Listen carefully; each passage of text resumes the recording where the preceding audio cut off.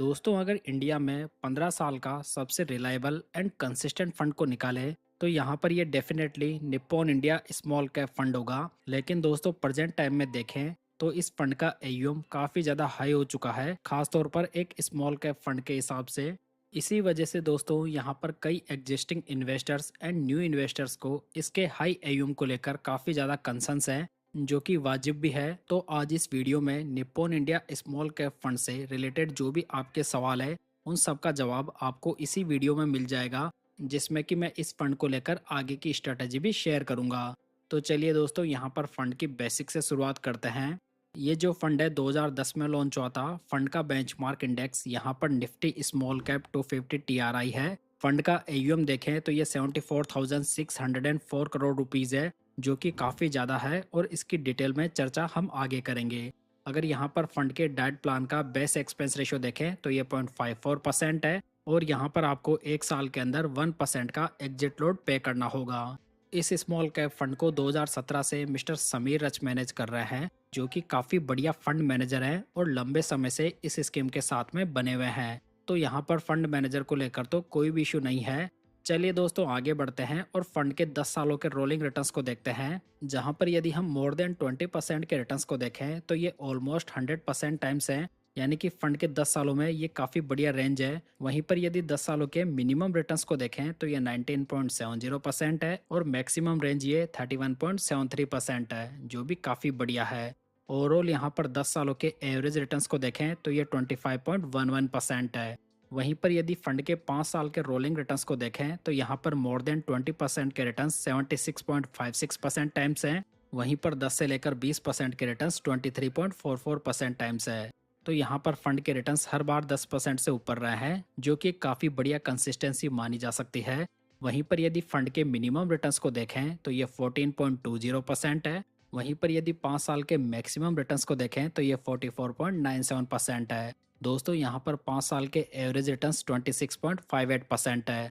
तो ओवरऑल यहाँ पर हमने 5 और 10 साल के रोलिंग रिटर्न्स को देखा, जहाँ पर फंड की कंसिस्टेंसी बहुत ही बढ़िया है और यहाँ पर अभी के समय हमें कोई भी इशू नजर नहीं आ रहा है। चलिए दोस्तों, फंड के अब सीएजीआर रिटर्न्स को भी देखते हैं, जहाँ पर लास्ट 10 ईयर्स में फंड के रिटर्न्स 22.57% है, जहाँ पर इसकी पूरी कैटेगरी में फर्स्ट रैंक है। लास्ट 5 ईयर्स में ये 21.76% है, जहां पर इसके 25 फंड्स में से थर्ड रैंक है।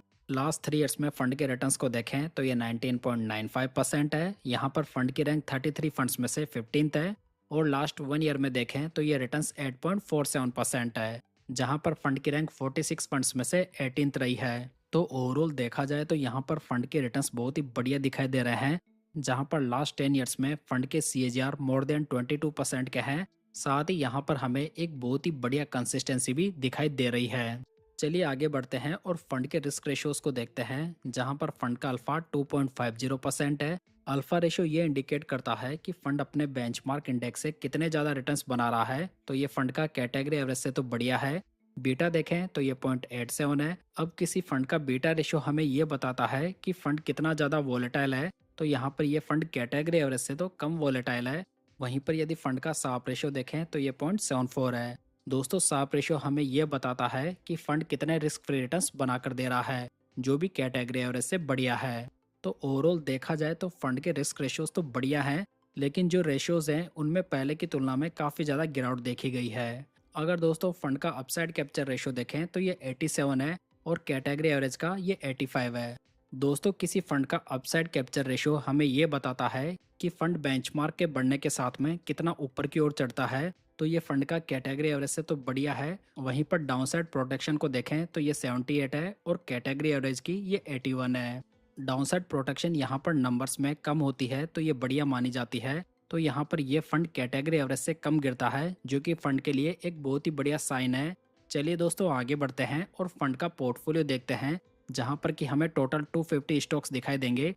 यानी कि यहाँ पर हाई एयूएम की वजह से पोर्टफोलियो में काफी ज्यादा स्टॉक्स इंक्लूड किए गए हैं। टॉप 10 स्टॉक्स का वेटेज देखेंगे तो ये 14.53% है, जो कि काफी ज्यादा और डाइवर्सिफाइड माना जा सकता है। पोर्टफोलियो का पी रेशियो यहाँ पर 27.84 है, जो कि रीजनेबल है। वहीं पर फंड का टर्नओवर रेशियो 19% है। टर्नओवर रेशियो जो होता है दोस्तों, वो हमें ये बताता है कि फंड मैनेजर पोर्टफोलियो में कितने ज़्यादा चेंजेस करता है विद इन ए 1 ईयर। तो यहाँ पर फंड का टर्नओवर रेशियो बहुत ही कम है, यानी कि फंड पोर्टफोलियो में काफ़ी कम चेंजेस करता है, जो कि फंड की स्ट्रेटेजी का शुरू से पार्ट रहा है कि ये फंड लॉन्ग टर्म इन्वेस्टिंग के अप्रोच को फॉलो करता है।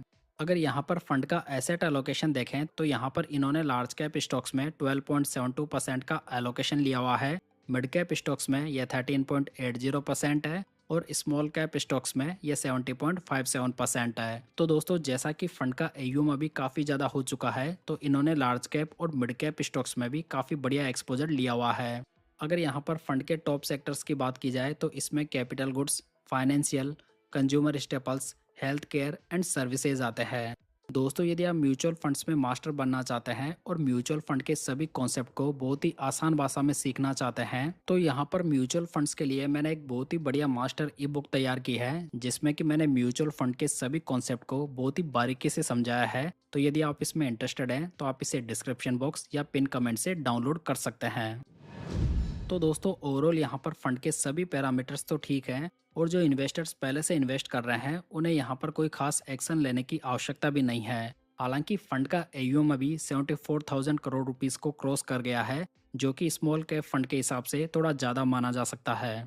अब यहाँ पर हम देखें तो फंड के पोर्टफोलियो में ऑलरेडी 250 स्टॉक्स मौजूद हैं। वैसे स्मॉल कैप इंडेक्स में हम देखेंगे तो इसमें भी ओनली 250 कंपनीज ही होती है, तो ये भी कहा जा सकता है कि हम एक इंडेक्स फंड में ही इन्वेस्ट कर रहे हैं। हालांकि फंड ने यहाँ पर लार्ज कैप स्टॉक्स और मिड कैप स्टॉक्स में भी काफ़ी बड़ा एक्सपोजर बनाया हुआ है, लेकिन ये एक्सपोजर भी एक लिमिटेड ही हो सकता है, क्योंकि यहाँ पर फंड मैनेजर को minimum 65% allocation small cap stocks में रखना ही होता है। दोस्तों यहाँ पर जो स्मॉल कैप कंपनीज होती है उनका मार्केट कैप 5,000 करोड़ या 10,000 करोड़ रुपए ही होता है। इसी वजह से यहाँ पर फंड मैनेजर चाहकर भी एक्सेसिव एक्सपोजर नहीं ले सकता। जैसे कि एक सिंपल एग्जांपल से इसे समझें, जैसे कि एक स्मॉल कैप कंपनी है और उसका मार्केट कैप यहाँ पर 5,000 करोड़ रुपीस है, तो यहाँ पर जो निप्पॉन का फंड मैनेजर है वो टोटल एयूएम का अगर यहाँ पर 2% भी इन्वेस्ट करता है, जो कि काफ़ी कम एलोकेशन है, तो यहाँ पर ये एलोकेशन भी 1480 करोड़ रुपए होता है। तो यहाँ पर चाहकर भी फंड मैनेजर इस कंपनी में इतना बड़ा स्टेक नहीं ले सकता, क्योंकि 5,000 करोड़ रुपए के मार्केट कैप वाली कंपनी में ये एक्सपोजर लगभग 30% का हो जाता है, जो कि देखा जाए तो एक स्मॉल कैप कंपनी में बाई करना इम्पॉसिबल होता है। साथ ही इतना बड़ा एक्सपोजर हाईली रिस्की भी होता है। इसी वजह से ये तो क्लियर है दोस्तों कि फंड का हाई एयूएम एक सीरियस कंसर्न तो है, जिसमें कि न्यू कैश इनफ्लो को सही जगह डिप्लॉय करना काफ़ी ज़्यादा चैलेंजिंग हो सकता है। सो दोस्तों यहाँ पर फ्रेश इन्वेस्टर्स को इसकी जगह कोई दूसरा स्मॉल कैप फंड देखना चाहिए, जिसे कि आप इस वीडियो में चेकआउट कर सकते हैं। जबकि एग्जिस्टिंग इन्वेस्टर्स जो कि ऑलरेडी इस फंड में एसआईपी कर रहे हैं, उन्हें हाल फिलहाल में तो इस फंड में कोई इशू नहीं होना चाहिए, क्योंकि फंड की परफॉर्मेंस में अभी कोई खास गिरावट नहीं आई है। हालांकि पहले के मुकाबले में फंड अभी थोड़ा अंडर परफॉर्म जरूर कर रहा है, लेकिन ओवरऑल फिर भी रिटर्न फंड के बढ़िया हैं। हालांकि यदि आने वाले टाइम में फंड अंडर परफॉर्मेंस दिखाना चालू करता है तो यहाँ से एक्सपोजर को कट किया जा सकता है।